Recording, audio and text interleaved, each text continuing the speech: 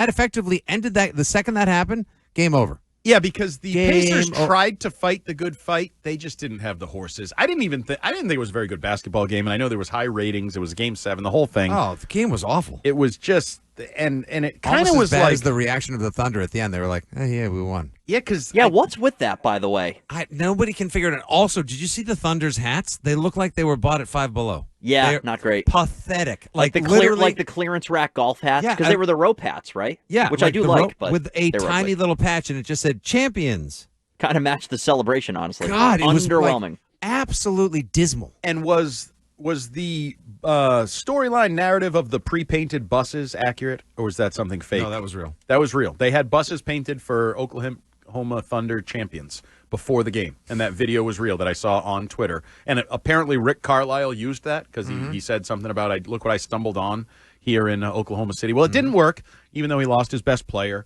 And it's unfortunate because I said to Fitzy off air, a lot of times we talk about the NFL as a battle of attrition. It's the healthiest team that ends up winning. You know, you get such a long season, blah, blah.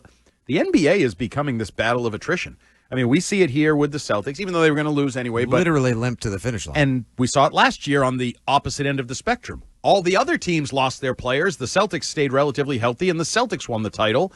The Thunder stayed relatively healthy. They won the title. And so they have a championship in Oklahoma City, and SGA has an MVP award. He has a Finals MVP award. So SGA is a better player than Jayson Tatum, correct? I wouldn't necessarily say that. Why wouldn't you? I felt like I just presented a pretty so he scored 33 points a game in the regular season. Do his he accomplishments won the MVP. Make him a better overall player? Does he play great defense? That's pretty good. Does he play great offense? His offense is pretty good. Is there some clutchiness to him? Clutchiness? Yeah, he's a little more clutchy than Tatum, no? He could just be clutch. Yeah, there's clutchiness. So he's clutchy. You're really just going to drive that clutchy thing. Yep. Hammer that clutch. Dan Ball? Shai Gilgeous-Alexander this year had the second highest scoring average in a season by an NBA champion, including playoffs. Only one higher was Michael Jordan. And he was pretty the impressive. Favorite to win the title. He won the title. He led his team to the title. He didn't need Chet Holmgren to score like 30 points a game to carry his ass to a title. No one else won the MVP. Well, in the finals. Jalen Williams did actually show up a little bit bigger a few games. He's a great player. Yes. He's part of why they have a chance to be a dynasty. Isn't he their Jaylen Brown per se? Because if SGA spit the bit last night and Jalen Williams played better, yes, Jalen Williams probably would have gotten the finals. And Chet Holmgren is their Porzingis. If he's healthy and he's built like him, as Rich Keefe says, when he turns sideways, you can't see him. He's like a sheet of paper, and he gets hurt all the time. I know. If he's healthy, they have an absolute chance to be a dynasty. They have an absolute chance to defend their title, to break the trend. My fear with them is not, I think this team is fallible, as Indiana and their resilience showed throughout the series, because if Halliburton doesn't go down, I can't tell you that the Thunder definitely would have won last night.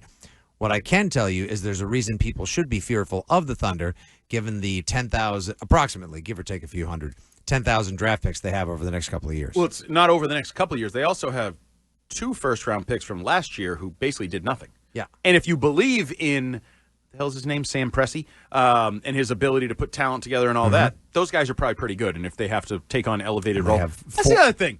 Wait. We overrate Peyton this Pritchard. One. This was a quick, squirrel moment. Peyton Pritchard, we all love. He's great. Yep. T.J. McConnell was Peyton Pritchard, right? Yes. Like if he was on the final stage. Slightly taller Pritchard, yeah. Yeah, but like he gets to the rim in a way that you're like, I don't think this is, son of a bitch, he laid it in. Like he's quick to the rim, lays it in, finishes. He's every a pretty team good should player. every team should have one. What's that? Every team, an STP, a slightly taller Pritchard.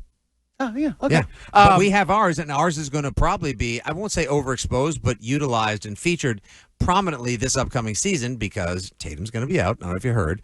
And also, maybe you just sort of conveniently forgot that on the island. And B, Drew Holiday, I don't think he's long for the Celtics. No, I don't think he is either. And the Celtics are going to be a totally different beast, so I don't think they're going to be in this conversation. But the Celtics are a cautionary tale for the Thunder. Because the Celtics were well on their way to a dynasty, well on their way to winning back-to-back. They have the rosters together. It's built. Everything's in place. There's nothing. And then it didn't work. And they followed the trend that Terp told us months and months ago that defending champions don't get out of the second round. The Thunder, to me, their biggest issue is the West. The West is loaded. The West has a lot of, I get why There's talk of like Durant originally. I think there was some talk and Giannis like wanting to be in the East. The East looks like a cakewalk. Mm-hmm. I mean, other than the Cavs, who's it for though? Who's the East a cakewalk for next season? Any team that potentially gets built this offseason. Like that. Like if the Knickerbockers get Giannis, or just you get hot, or let's just say or coach. The Jaylen Brown-led Celtics get hot, and you're like, they're not as good as they've been in past years, but they got hot. I think you could roll right through the East. The Magic, let's say the Magic are an ascending team. Did you see how much they gave up? Yes. For, was it Desmond Bane first? Yes. So they're definitely going to be better, and they already gave the Celtics a hell of a time. Right. And I think any of those teams could roll through the East. I think the West is going to be a dogfight. I don't think Kevin Durant is going to work in Houston. And that's how'd you feel about the trade? I think it's dumb for Houston. It's a lot to give up. And he's not a winner. I know people will like get on me for this. He won when he joined a winner. Literally and figuratively. He joined the Warriors and he joined Steph Curry. He joined a winner who had won, and that's how he had won. And I also think this is not going to work with Ime Udoka. I'm not sure the hard-ass Ime Udoka is going to meld very well with Kevin Durant, who's got a little Rafi Devers to him. I think he just wants to do his thing and play by his own rules. He's a little better than Rafi Devers crossing sports. No, but he's sensitive. He's sensitive and he lives in his own world. He's the guy that created the culture of having a burner, for God's sake. Correct.